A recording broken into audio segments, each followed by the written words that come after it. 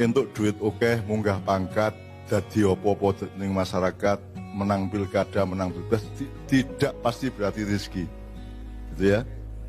Sementara sakit dan terpuruk atau apapun tidak berarti itu adalah duka atau kecelakaan atau apa namanya, atau sesuatu yang negatif. Nanti kita harus belajar bersama bahwa hidup itu ternyata ora lurus, ora linier, tapi dia, kalau boleh ya, tulisan Allah saja, itu kan tegak-tegak ya. Alif, lamnya, tapi lamnya untuk menuju lam yang kedua, itu dia ono sambungan nih, jadi ada melengkungnya, ada horizontalnya. Terus nanti lam kedua menuju hak, itu juga ada peluangan nih, haknya juga ada. Jadi hidup itu ternyata ada yang lurus, tegak, ada yang horizontal, ada yang 90 derajat, ada yang muter seperti huruf hak Allah itu. Nah itu sebenarnya merupakan tidak ada ajaran yang mengatakan seperti itu Pak Islaminya. Ini saya cuma mentadaburi itu artinya apapun saja kita cari baiknya, itu namanya tadabur. Jadi sampai huruf hanya Allah itu mengingatkan bahwa huruf ini bener loh, hati-hati loh, ono cokro manggilingan, ono naik turun, ada roda, ada macam-macam. Jadi kita jangan terlalu lurus-lurus saja karena ternyata segala sesuatu itu bersifat relatif di hadapan Allah. Dan kita adalah kita adalah hamba yang tidak punya daya, tidak berdaya, maka kita gondelan. Apa seperti gondelan yang telah bineka Nabi, sebab kita sendiri orang iso mlaku dhewe, kudu gondelan. Kalau ndak gondelan kita belum tentu sampai. Nah, nanti kita jelaskan, tadi saya sudah bilang sama Zelmi, sing jenenge tidak berdaya itu kan ora duwe, ora iso, ora tekan atau ora dadi. Nah, menungso iki kabeh kuwi ora duwe. Kuwi duwe apa, Mam? Apa? Ayo. Wong awakmu iki dudu duwekmu. Kuwi ora duwe awakmu dhewe. Kuwi nyanyi nganggo ilat, nganggo tenggorokan, kuwi dudu duwekmu. Jadi kuwi ora duwe, gitu kan. Terus nomor loro ora iso. Kowe iso nyanyi, ora iso nyanyi kan ternyata dudu kowe sing nentokke. Kalau ora iso bapak ibu nggawe anak sing pinter nyanyi ora iso. Itu semua yang menentukan adalah Allah Subhanahu wa taala, gitu ya. Bahkan ketika saya mengalami MRI ya, didelok njurone utekku iki, saya menemukan banyak sekali bahan-bahan tadabbur yang luar biasa, gitu ya. Jadi siji tidak punya, maka kita itu dipinjamin saja, apa saja. Meskipun kita jadi sekjen PBB atau presiden, itu semua pinjaman. Bukan jabatannya, tetapi semua yang kita pakai untuk menduduki sebuah jabatan itu kan semua pinjaman. Ilatmu ya silian, semua itu pinjaman. Jadi kita tidak pernah punya secara orisinal, secara hakiki kita tidak pernah punya. Nomor dua, kita juga tidak pernah bisa. Gue nyanyi iso, ora iso, selawatan enak, ora enak, sing nentokke sebenarnya bukan kowe. Dilala alhamdulillah kok iso selawatan penak. Ning nek Helmi rada pales kuwi kan jake ora iso ngrubah ora pales piye gitu ya. Jadi itu semua juga manusia itu tidak punya, ora duwe, tidak bisa, dan ora iso tekan. Kita tidak bisa menyampaikan diri kita kepada sesuatu yang kita bayangkan, kita cita-citakan. Melaku dhewe ora tekan. Makanya Allah menyebut dirinya innallaha balighu amrihi. Jadi Allah yang menyampaikan apapun siapapun kepada satu titik menuju titik berikutnya. Oleh karena itu, karena kita tidak bisa tekan dhewe, akhirnya gondelan. Dan itu segala bidang, jangan dipikir itu urusan pribadi. Semua, mau negara, mau apa aja, nanti nek kowe takon tak jelaske. Semua itu sebenarnya kandungannya adalah bahwa manusia itu tidak punya, tidak bisa, dan tidak pernah bisa menjadikan sesuatu. Nek ono beras kok godhog, kok liwet dadi sego kuwi dudu kowe sing nentokke. Itu hukum alam. Artinya hukum alam itu artinya sunnatullah. Jadi itu tradisi ciptaan Allah. Banyu kok godhog jadi umup. Ya, itu bukan kowe sing gawe umup, kowe ngumut kompor karo nyeleke panji kan gitu. Oke, jadi dari seluruh itu semua kita tadaburi, termasuk muatan kita pada malam hari ini, apapun saja yang kita bicarakan tetap akan mengacu kepada, makanya kita gondelan, mergo kuwi ra iso dhewe rumangsamu, ra iso. Gitu ya.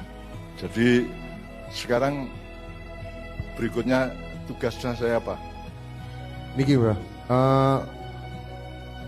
untuk bulan Agustus ya, rencana bulan Agustus itu ada teater itu mbak. Mungkin ada sesuatu. Jadi dari Kadipiro diselenggarakan pementasan teater setelah melungsungi kemarin. Ada pentas judulnya Wali Rojo. Wali Rojo, Rojo Wali. Rojo Wali. Itu muat ya, nanti silakan nonton sendiri. Mungkin dipentaskan di Jakarta, Semarang, Surabaya, Malang dan seterusnya gitu ya. Nah itu di dalam Wali Rojo itu salah satu yang akan dibacakan oleh Ibu Sito Resmi Prabu Ningrat adalah puisi yang berjudul Kemana Anak-Anakku. Aslinya Kemana Anak-Anak Itu. Ya. Itu tahun 90 di album pertama Kiai Kanjeng Kado Muhammad. Jadi saiki nek dari tahun 90 nganti saiki kan berarti 30 tahun. Katakanlah Kado Muhammad itu 94 95 gitu ya. Ya. Kita butuh 30 tahun untuk sampai kepada kalimat yang berikutnya. Bukan kemana anak-anak itu, kemana anak-anakku. Nah, biar kena nanti cacakin di kan gitu. Sekarang saya itu anakku dewe gue. Aku kehilangan anak. Di Indonesia itu saya sebagai orang tua kehilangan anak. Nggak begini bangsa Indonesia itu, nggak begini. Nggak gini manusia Indonesia yang setahu saya diciptakan Allah itu nggak kayak gini gitu. Maka saya kehilangan. Mungkin fisiknya nggak hilang, tetapi mungkin karakternya, apa namanya, inti-inti nilai di dalam hidupnya dan seterusnya. Makanya kemudian di dalam Wali Rojo, Rojo Wali itu nanti ada penjelasannya apa yang disebut Wali Rojo dan Rojo Wali kau fotonya. Ya. Nah itu nanti dibaca oleh Ibu Sito Resmi Prabu Ningrat. Ya. Nah sekarang saya diminta untuk membaca itu meskipun saya sudah lama tidak baca puisi dan saya juga tidak dalam keadaan prima. Iso maca ora. Oh, asih lancar, Mbak. Vitalitas terjaga. Pak Nevi, Mbak. Ya, ya. Okay. Jadi Pak Nevi itu mencari ramuan untuk meningkatkan vitalitas. Sekarang kita tahu ternyata itu bukan soal seks, bukan soal rumah tangga, itu adalah soal daya hidup, baca puisi yang bagus, main musik yang total, dan perjuangan yang tidak henti-hentinya. Itu namanya vitalitas. Nah, termasuk orang duwe, orang iso, orang tekan itu di dunia vitalitas juga ada ya Bang? Semua. Sebenarnya manusia itu ya tidak punya apa-apa. Dia tidak pernah, orang iso gawe kok. Kita tidak pernah bikin apa-apa. Sudah sekarang kamu jadi gubernur. Semua alat-alat dan semua semua faktor-faktor yang kamu bawa untuk duduk di kursi gubernur kan bukan milikmu. Tanganmu, otakmu, hatimu, strategimu, semua itu bukan milikmu. Jadi kamu itu sebenarnya tidak bisa. Karena nanti ada rumus Mas Helmi ya. Kulillahumma malikal mulki tu'til mulka man tasya wa tunzi'ul mulka mimman tasya wa tu'izzu man tasya wa tudhillu man tasya biyadikal khair. Katakanlah wahai Muhammad dan manusia, Allah lah yang Maha Raja, yang mendatangkan kekuasaan dan kerajaan. Tu'til mulka sesuai semau-maunya dia, semau-maunya Allah. Terus Allah mengangkat siapapun menjadi pemimpin semau dia, dan Allah menjatuhkan pemimpin itu semau-maunya Allah. Dan Allah itu boleh bilang semau-maunya sakarep-karep dia, karena dia yang punya, dia yang bikin secara 100% mutlak. Sementara kita ini kan tidak bisa bikin apa-apa. Gue menjalankan aturan Allah bahwa padi ditanam, terus Allah sudah punya hukum bahwa padi itu akan tumbuh, terus nanti kelak akan berbuah. Itu hukum Allah, itu punya Allah, bukan punya kita sama sekali. Jadi jangan bangga dengan prestasi-prestasimu, karena sesungguhnya engkau adalah makhluk yang tidak punya apa-apa, tidak berdaya, tidak bisa bikin apa-apa, tidak bisa bikin dan tidak bisa menyampaikan sesuatu. Tidak bisa menyampaikan sesuatu ke tempat yang kita kehendaki. Allah yang menyampaikan sesuatu kepada kehendaknya, ya sesuatu yang dia kehendaki. Kira-kira tiga ora tadi ya. Wah. Bapak ibune Doni ora iso nyetel. Bu, engko bengi carane miring ya. Ben apa Pak? Kaya Doni. Ben anakku pinter nyanyi. Kan ora ana teori ini. Mas Helmi ada teorinya bagaimana bikin anak yang supaya dia bisa pinter nyanyi. Sekarang bahkan teknologi kedokteran sudah mengetahui secara detail dengan melalui MRI ya. Sudah tahu secara detail seluruh struktur di otak atau di dalam kepala kita ya. Ya, makanya bisa dihilangkan sumbatannya, bisa dikasih ring, bisa macam-macam ya. Tapi mereka tetap tidak tahu orang yang pinter nyanyi dan tidak pinter nyanyi itu beda otaknya apa. Orang yang hatinya suka marah dan orang yang sangat sabar itu bedanya di otaknya apa? Apakah ada sel-sel atau komposisi yang tertentu? Kan tidak ada. Atau ketika orang senang itu apa yang terjadi di otak itu? Apa sel-sel yang ngene-ngene wae? Sel guyang-guyang. Ya, jadi kan sesungguhnya rohani itu atau psikologi itu tidak bisa dibaca melalui materi atau fisika. Kita nggak bisa tahu. Jadi misalnya kita membedah kepala sampai otak sampai detail ya dengan MRI dengan ronsen tingkat tinggi gitu ya. Kan tetap tidak bisa mengidentifikasi oh bocah iki cocoke insinyur ora iso. Oh bocah iki cocoke selawatan, bocah iki cocoke jadi tukang ojek ora iso. Jadi di otak kita di struktur sel-sel di dalam kepala tidak ada petunjuk, tidak ada gabungan komposisi atau algoritma apapun yang membuat kita bisa tahu bocah iki cocoke piye. Bahkan ahli kayak apapun tidak bisa menggambarkan kalau orang sabar dan orang yang suka marah itu beda bentuk hatinya gimana, sel-selnya itu komposisinya gimana, tidak tahu. Jelas orang ngerti. Kita hanya bisa melihat simptoma atau clue atau gejala-gejala luar. Nesu raine ketok ngono ketok. Nggih, ekspresi ini pun. Nah, raine ekspresinya atau matanya agak merah terus urat-uratnya sedemikian rupa itu kan hasil dari perintah di otak. Nah di otaknya itu sendiri tidak bisa diketahui gimana dia merintah itu. Perintahnya itu berbentuk apa ada satu helai saraf menyentuh saraf yang lain atau segala macam. Kita nggak pernah tahu itu. Jadi manusia itu ketok ngerti jadi ya tetap orang ngerti. Jadi manusia itu tidak bisa tapi tidak punya orang duwe, ora iso, ora tidak bisa dan tidak akan bisa menyampaikan sesuatu kepada yang dia kehendaki kan gitu. Nggih, Mbah. Nyuwun ngapunten, Mbah, niki wau puisi kemana anak-anakku niku, Mbah. Anak-anakku yang dimaksud di sini niku sinten, Mbah? Bangsa Indonesia. Bangsa Indonesia. Bangsa Indonesia ya. Berarti bangsa Indonesia secara keseluruhan apa? Secara keseluruhan karena kita ini kan sekarang anaknya keponaannya globalisasi. Dulu anaknya bangsa-bangsa Eropa. Kita bikin Indonesia ini kan niru atau belajar kepada Belanda dan bangsa-bangsa Eropa yang lain. Kemudian kita lanjutkan S2 belajar kepada Amerika, terus S3 belajar kepada Cina, Jepang dan seterusnya. Kira-kira gitu ya. Jadi kita ini adalah anak mereka bukan anak. Jadi ketika kita bikin Indonesia, mohon maaf tapi ini kan kita tidak meneruskan sebelumnya. Sebelumnya ada ratusan kerajaan, ada ratusan keraton, ada ratusan kesultanan gitu ya. Sampai sekitar hampir 260-an gitu ya. Dan itu kan nggak kita teruskan tiba-tiba NKRI gitu ya. Oke. Itu nanti urusan tanahnya, hak miliknya, aturan-aturannya kan juga tidak kita urusin sampai mendasar gitu ya. Pokoknya tiba-tiba kita republik, tiba-tiba kita itu kan ibarat buah iki beluluk setelah jadi cengkir kok tiba-tiba jadi duren.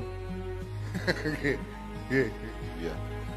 Kan gitu kan. Jadi kita tidak melakukan kontinuasi sejarah, tidak menerus ke. Jadi kita sebenarnya tidak setia kepada sunnatullah. Gampangannya kita lebih mengandalkan kemauan kita sendiri daripada kemauan Allah. Kita juga tidak tanya sama apakah Indonesia merdeka 1945 itu didahului dengan sholat istikharah misalnya. Kan tidak. Apa tawono sejarah catatan bahwa dulu bapak-bapak kita Bung Karno, Bung Hatta dan semuanya Tan Malaka itu sholat istikharah bareng ning Istiqlal apa ning lapangan Bandeng misalnya gitu ya. Untuk minta kepada Allah petunjuk ini baiknya kita bikin negara persemakmuran, apa negara kesatuan, apa kerajaan, atau kumpulan perdikan-perdikan atau apa, karena semua sistem ini harus kompatibel dengan kedirian bangsa Indonesia. Gitu ya. Saya tidak mengatakan demokrasi jelek, negara kesatuan jelek, tidak, tetapi kita tidak pernah menghitung kompatibilitas dan ketepatannya terhadap watak bangsa kita. Itu sebabnya tadi di puisi saya mengatakan, siapa yang mengubah mereka menjadi bukan diri mereka lagi, itu ya. Itu contohnya itu. Itu sangat luas ya, dan sangat bisa didebat, sangat bisa dipersoalkan, sangat bisa didiskusikan. Jadi saya tidak mengklaim, tapi menurut saya seperti itu. Dan itu hasil dari saya sakit. Karena saya sakit itu adalah cara Allah untuk memberikan hikmah-hikmah baru, ilmu-ilmu baru, pemandangan-pemandangan baru untuk melihat kehidupan. Meskipun sakit yang saya derita itu juga bisa berakibat lain. Jadi kentir ya, so. Terus saya, misalnya kalau batang otak kena stroke ya, seperti yang saya alami tahun 2019, itu kan kudune kedip ya raiso. Kudune mungkin saya ngelek ya, menelan makanan dan tidak bisa. Mungkin tangan saya juga sudah tidak bisa bergerak, mungkin saya lumpuh dan seterusnya. Tapi Allah, jadi saya tidak pernah berkesimpulan bahwa sakit saya itu adalah ujian dari Allah. Menurut saya itu rezeki luar biasa, rahmat yang luar biasa dari Allah, karena melalui sakit itu saya mendapatkan banyak sekali hidayah dari Allah, pengetahuan-pengetahuan baru, ilmu-ilmu baru dari Allah, termasuk tiga ketidakberdayaan tadi itu. Gitu. Monggo. Kak Don, saya mau nanya ini, kalau menyimak tadi puisinya itu ada yang bikin miris sebenarnya. Yang bagian mana itu? Yang misalnya miris ya sekarang. Tadi anak-anak tadi yang sudah dibikin tidak lagi menjadi diri mereka itu, iya, itu salah satunya ditandai oleh perubahan mereka itu kerakusan tadi itu. Terus ya, ada ini apa namanya, cinta dunia. Nah ini gila dunia. Nah ini bagaimana Mbah? Apa? Ya itu tinggal kita mau ngelihatnya gini. Kalau mau ngelihat itu dicelup. Lemu nyelup ini tul ini apa kok lebokke nganti dasarnya nek perlu kok dilebke ya. Itu namanya sibghah dalam Al-Quran. Itu kita celupkan sampai seberapa. Jadi kan kalau mau ngomong random umum ya, mainstream ya, kan orang sekarang kan primernya itu bukan ini bener po salah, apik po elek. Primernya kalah aku untuk apa, saya laba berapa, saya dapat bagian apa. Itu maksud saya. Saya tidak mengatakan bahwa dia salah, saya nggak ngomong salah benar. Tapi pokoknya kan yang kita jumpai begitulah. Mau kita ajak bekerja, bikin apa saja kan urusan utamanya adalah aku untuk apa, aku badi apa, saya mendapat apa, apakah itu uang, apa itu jabatan, apa itu posisi atau apapun saja. Itu salah satu contohnya. Jadi padahal jadi di dalam drama Wali Rojo itu nanti kita cari sampai ke tingkat saya itu curiga meskipun tidak mungkin ilmu pengetahuan modern bisa memverifikasi atau melakukan identifikasi ya. Jadi manusia di dunia itu adalah turunan dari dua induk, yang satu Banujan, yang satu Adam. Mungkin kalau di dalam sejarah kita ada manusia purba, ada buto, kalau dalam wayang ada denawa, ada raksasa, ada manusia-manusia yang masih bawa kentung, yang masih kayak gitu ya. Itu adalah aslinya manusia sebelum Adam. Jadi ada manusia sebelum Adam yang di Jawa disebut Banujan, tapi jangan tanya ke orang Arab, jangan tanya ke orang Barat, karena mereka tidak pernah dengar kata Banujan itu. Itu memang wong Jawa. Gitu ya. Nah, Banujan ini kemudian oleh Allah, ini nggak apa-apa cerita ya, oleh Allah tiba-tiba Allah berfirman dia akan mengangkat khalifah di bumi. Malaikat semua patuh, sujud, kemudian iblis yang tidak setuju ya, Kazinul Jannah tidak setuju. Karena Kazinul Jannah ini kan 1000 tahun lebih bergaul dengan Banujan di bumi, dengan manusia purba itu. Jadi iblis dulu bergaul di bumi selama 1000 tahun lebih dengan para raksasa atau manusia purba itu. Sehingga ketika Allah berfirman akan menjadikan manusia menjadi khalifah di bumi, iblis tidak setuju. Kayak isinya ngerusak karo mateni wong, menumpahkan darah. Apa? Yufsiduna fil ard wa yasfikud dima. Jadi kerja utamanya itu adalah menumpahkan darah dan merusak bumi. Maka iblis tidak setuju. Dia pikir itu yang akan dikhalifahkan oleh Allah, padahal Adam adalah banujan yang sudah dikasih software atau dikasih sel-sel atau struktur otak sedemikian rupa dan jantung yang intinya gini, yang dikasih akal budi dan dikasih hati nurani. Akal itu tidak sama dengan otak dan intelektualitas. Akal di dalam bahasa kita itu namanya akal budi, jadi akal yang efeknya ke budi pekerti. Sementara kalau yang kita kenal di sekolah modern, akal itu tidak ada hubungan sama budi pekerti. Akal itu fakultas sendiri, budi pekerti sendiri kan gitu. Nah, Adam adalah banujan yang oleh Allah sudah disuntik algoritma baru, sudah hibrida baru, hibrida manusia baru.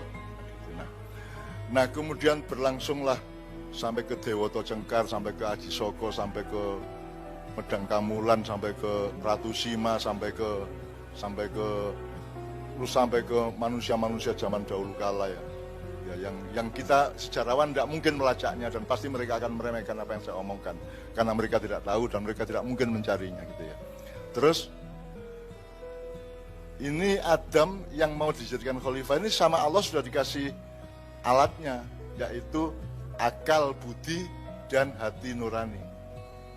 Nah, sejak kita dijajah oleh kapal-kapal Portugis dan Belanda dan lain-lain, itu kan kita yang disapu, dihilangkan dari kita kan akal budi dan hati nurani. Nah, itu tinggal kita proyeksi apa saja itu. Jadi sampai hari ini sebenarnya kan nomor satu kan bukan akal budi, akal. Akhirnya menjadi akal-akalan sehingga kata akal menjadi kata kerja, mengakali adalah menipu. Dan gitu ya. Jadi itu semua yang kita sadari.